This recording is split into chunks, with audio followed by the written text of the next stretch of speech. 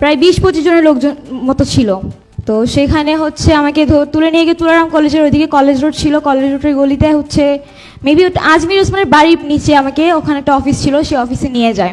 ট্রেনে হিচড়ে আমাকে মারতে মারতে নিয়ে যায়। আশেপাশে অনেক মানুষজন ছিল কিন্তু কেউ সামনে আসে নাই আটকানোর জন্য। তো তারা ওখানে আমাকে মারধর করে আমার ফোন টোন সব কিছু নিয়ে যায়। তারপর সে অফিসে নিয়ে যাওয়ার পর প্রত্যেকটা মানুষ হচ্ছে অনেক বাজে বাজেভাবে কথাবার্তা বলছে, অনেক বাজে গালিগালাজ করছে, আমার ফ্যামিলি নিয়ে অনেক কথাবার্তা বলছে।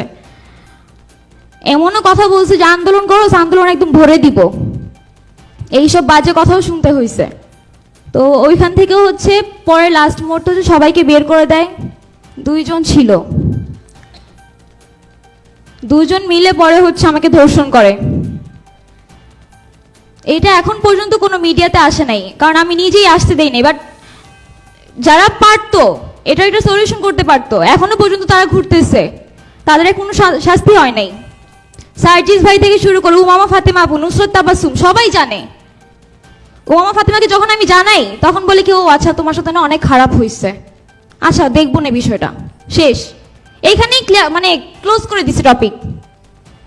নুসরত তাবাসসুম আপুকে জানাই, উনি আমাকে বলে তুই আমাকে হোয়াটসঅ্যাপে নক দিস। টিএসসি ক্যাফেটেরিয়াতে আমি তার পাশের টেবিলে বসা, তাকে হোয়াটসঅ্যাপে নক করি, সে হোয়াটসঅ্যাপে মেসেজগুলো সিন করে কিন্তু কোনো রিপ্লাই করে না। আর সার্জিস ভাই একদম প্রথম থেকে বিষয়টা জানতো, সে নিজে দায়িত্ব নিছে পার্সোনালি, উনি এই বিষয়টা দেখবে, প্রশাসনের সাথে কথা বলে তাদেরকে শাস্তির আওতায় আনার চেষ্টা করবে। সে আমাকে প্রতিনিয়ত বলতে কি যে তুমি আমাকে হোয়াটসঅ্যাপে নক করো, আমি ভুলে যাই, অনেক কাজে থাকি তো, ব্যস্ত থাকি, তুমি আমাকে মনে করিয়ে দিও।